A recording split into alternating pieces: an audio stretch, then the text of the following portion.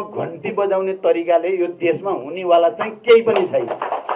Social मिडियामा स्टन्टबाज गरेको भरमा नै जनताको दिमाग चाट्ने जो काम भइराखेको छ। तर इमान्दार हुनु र वैज्ञानिक हुनु एउटै कुरा होइन। इमान्दार हुने बित्तिकै मान्छे वैज्ञानिक हुन्छन् भन्ने छैन। मार्क्सवाद विज्ञान हो।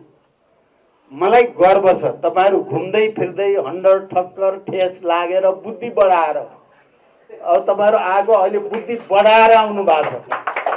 अब यो बुद्धि बढाएका कमरेडहरु फेरि यहाँ केन्द्रित भएपछि अब चाहिँ यो दोहोरो एकता हुन्छ भन्ने मलाई विश्वास छ। जनताको विकास र समृद्धिको आकांक्षालाई सम्बोधन गर्ने हो भने त एकताबद्ध हुनुको के विकल्प छ र भन्ने कुरा उहाँहरूले पनि महसुस गर्नुहुनेछ। तपाईले नै भन्नुभयो, अरू पनि थुप्रै साथी यहाँ बालकृष्णजीले पनि उद्घोषण क्रममा भन्नुभयो, थुप्रै साथी आउँदै हुनुहुन्छ। मलाई विश्वास छ आउनुहुन्छ।